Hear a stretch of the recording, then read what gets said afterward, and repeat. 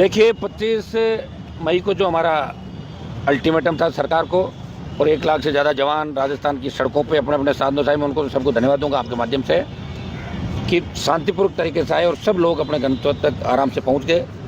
सरकार ने उस दिन हमसे वादा किया कि हम बहुत गंभीर हैं और ये तय है कि अगर रैली नहीं होती तो सरकार कोर्ट में लिख के देती कि भर्ती रद्द नहीं कर रहे हैं। इस रैली से दिल्ली तक सरकार की पोल पट्टी खुल गई, दिल्ली सत्ते में आ गई। प्रदेश के अंदर ये बात चली कि राजस्थान के नौजवानों का आक्रोश था, ये कोई राजनीतिक रैली नहीं थी।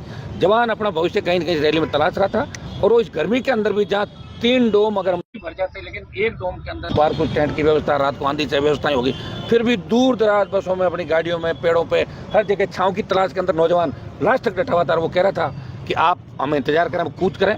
और कूच हमने इसलिए नहीं किया कि लॉ जिम्मेदारी है उन बच्चों को वापस कैसे पहुंचे। अभी बहुत लंबी लड़ाई लड़नी पड़ेगी, अभी बहुत सी लड़ाई और हमें राजस्थान प्रदेश को बचाने की लड़नी है, क्योंकि जब दोनों पार्टियां हाथ मिला लेती हैं तो हमेशा सत्ता उठ रही, तब नई क्रांति होती है।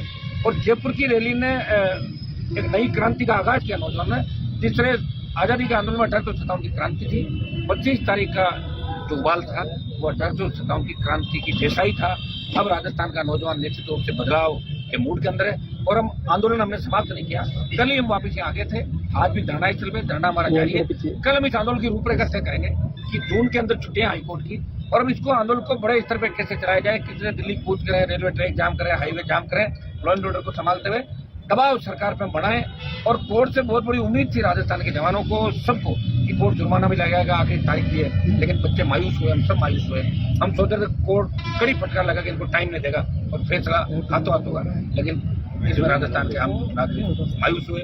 हाई कोर्ट में टिप्पणी नहीं कर सकता, लेकिन कोर्ट जहाँ न्यायपालिका विधायिका कार्यपालिका, विधायिका कानून बनाती है, न्यायपालिका का पालन कराती है और कार्यपालिका पालन करती है। लेकिन हाईकोर्ट का जो सख्त रवैया था, अचानक से वो हाईकोर्ट का सख्त रवैया नरम कैसे पड़ गया, ये देश के अंदर, प्रदेश के अंदर बात चली। ये मैं नहीं कह रहा हूँ, राजस्थान के नौजवान इस बात को लिख भी रहा कहीं थी, थोड़ा इससे हताश हुए।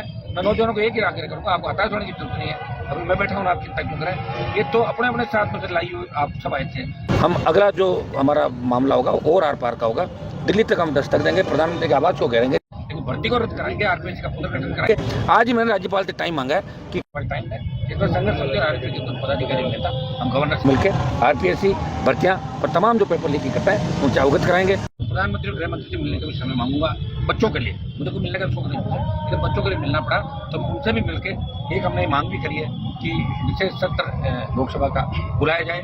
सीज फायर के अंदर जिस तरह अमेरिका ने पंचायत रैलियां बढ़ चढ़ के कांग्रेस के जय हिंद यात्रा निकालने बीजेपी करेगा, हम जीते। विशेष सत्र के अंदर सरकार ने किया और देश ने क्या, तो विशेष सत्र की मांग मैंने भी मेरे दल की तरफ से करी है कि विशेष सत्र बुला के देश की जनता को, प्रधानमंत्री को जवाब देना चाहिए। तो सरकार हाईकोर्ट में रद्द करने की सिफारिश तो कर चुकी है, तो बार बार ये सिफारिश, फिर बैठक, फिर उसी एसआईटी कमेटी की रिपोर्ट रद्द करने की सिफारिश कर चुकी है। तो इसीलिए तो मुझे लग रहा है कहीं भर्ती इसके साथ भजन लाल जी भी नहीं चले जाए साथ, कि भर्ती भी रद्द करो, इनको भी फ्री करो। मुझे ऐसा लग रहा है, क्योंकि कोई आदमी अगर अक्षम है, वो सक्षम नहीं है, तो फिर कहते हैं भर्ती भी करो, इसको भी फ्री करो, दूसरे को बिठाओ। क्योंकि विधायक साथ नहीं भजन लाल जी के साथ, बहुत ही अंदर, बहुत बड़ा अंतर करे भारतीय जनता पार्टी के अंदर है। ये आपको आगामी दिनों में अपना आप ही मिल जाएगा। और मैं तमाम उन नेताओं को भी धन्यवाद दूंगा जो बीजेपी के अंदर रहते हुए भी भर्ती रद्द करने की सिफारिश करें। कांग्रेस को नेताओं को मैं धन्यवाद इस बात का दूंगा कि कहीं न कहीं दबी जुबान उन्होंने कई जगह बात करी। मैं तो कांग्रेस इसलिए बात नहीं करी कि घोटाले घपले कांग्रेस के राज में भी हुए थे ज़्यादातर, ये वो डरे हुए हैं सारे, और वो तो डरे हुए मैं दोषी गिरफ्तारी के बाद अगला नंबर किसका है। तो इसलिए राजस्थान का जवान खुद ही कमान संभाल के बैठा है, वो कर रहा है। और मैं उन तमाम नेताओं को, कोई अभी ये क्रेडिट की लड़ाई हो गई, बीजेपी कह रही है कि भर्ती रद्द कर दो, क्रेडिट उसको नहीं मिल रहा है, इसको। मैं कह रहा हूँ हमें क्रेडिट की आवश्यकता ही नहीं है। आप तो ये कह दो कि फलां तारीख को हम फैसला कर देंगे, हम कल ही उठ के चले जाएंगे। क्रेडिट बीजेपी के नेताओं को दे देना, उनको ला के बिठा दो, उनसे करवा दो। ये क्रेडिट की लड़ाई नहीं, राजस्थान को बचाना है। अगर फर्जी थानेदार बन गए, फर्जी आरएस बन गए, 18, 21 जिस तरह पेपर लीक की घटना हो रही है, आप 2011 की भर्तियों के लोगों को पकड़ रहे हो। जिस तरह आज बोर्ड की जो कॉपी है वो किराना स्टोर पे जांच रहे थे नागौर जिले संसदीय क्षेत्र, इससे आप अंदाज लगा सकते हो कि लोगों का हौसला कितना बढ़ गया। अब महिला उत्पीड़न में 1 नंबर पर राजस्थान, अपराधियों का अड्डा, नेता सुरक्षित नहीं, भजन लाल को 10 बार धमकी, कई नेताओं को धमकियां, थ्रेट, और बेरोजगारी, आत्महत्याएं, किसानों की आत्महत्याएं, जवानों की आत्महत्याएं, कोटा के जो हब है हमारा, वहाँ किस तरह बच्चे आत्महत्याएं करें, ये सब जांच का विषय। और राजस्थान देश का सबसे बदनाम राज्य हो गया और इसके लिए बीजेपी और कांग्रेस जिम्मेदार है। वसुंधरा गहलोत के गठबंधन के बाद मुझे लग रहा है कि भजन लाल और अब दूसरे कांग्रेसी नेताओं का अलायंस हो गया। जिस तरह भजन लाल ने कहा कि कांग्रेस के नेता रात को अंधेरे में मेरे से मिलने के लिए आते हैं, और ये सही बात भी है। मेरा कांग्रेस पर भी आरोप है कि कांग्रेस राजस्थान में विपक्षी भूमिका नहीं निभा रही। सिर्फ वोट बैंक की खातिर अगर मैं यहाँ धरने पर नहीं बैठता, नहीं लड़ता, तो कांग्रेस जय हिंद यात्रा भी नहीं निकालती। ये टकोसला है। कांग्रेस अगर चाहती तो देश इस तरह कमज़ोर नहीं होता।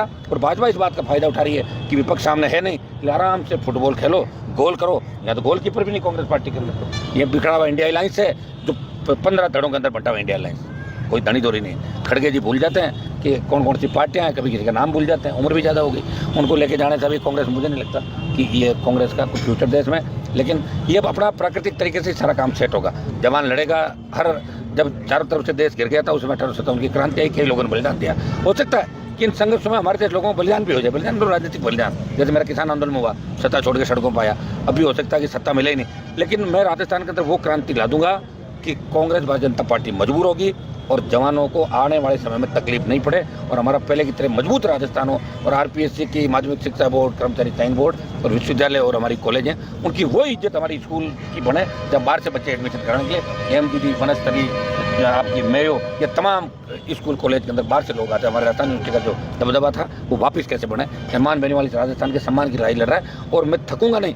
भजनलाल सरकार थक जाएगी और कांग्रेस मैदान छोड़ के भाग जाएगी, लेकिन मैं हमेशा लड़ा हूँ, लड़ता रहूँगा। लोग ये भी कह रहे हैं कि रैली में तो हनुमान जी ने क्या क्या बुला लिया। अरे भैया वही करना था और क्या, सरकार को ताकत दिखाई दे दिल्ली तक कि इतना भारी आक्रोश लोगों का। तो आक्रोश का मतलब ये थोड़ा कि युद्ध करवा देते वहाँ, युद्ध कराता था फिर मुझे कहते थे बड़े फायदे के लिए लड़ा दिया बच्चों को।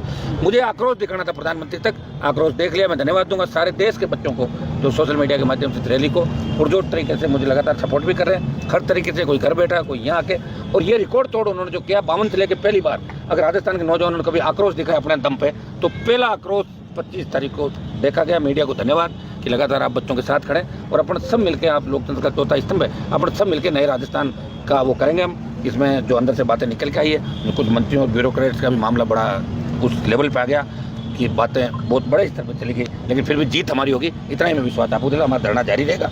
कल हम बैठ के तय करेंगे कि इसको किस रूप में आगे आंदोलन को अलग अलग दिशा में ले जाया जाए या यहाँ किस रूप में चले। ये लगातार आंदोलन चलेगा जब तक आर पार की लड़ाई और फैसला नहीं हो जाता। ये सरकार ये कह नहीं देती कि भर्ती रद्द करेंगे और पुनर्गठन करेंगे, तब तक आंदोलन हमारा जारी रहेगा। राज्यपाल से मिलने का समय मांग रहे हैं, उसके बाद एचएम और प्रधानमंत्री से भी डेलीगेशन के साथ मैं दिल्ली लेकर इनको जाऊँगा मिलने।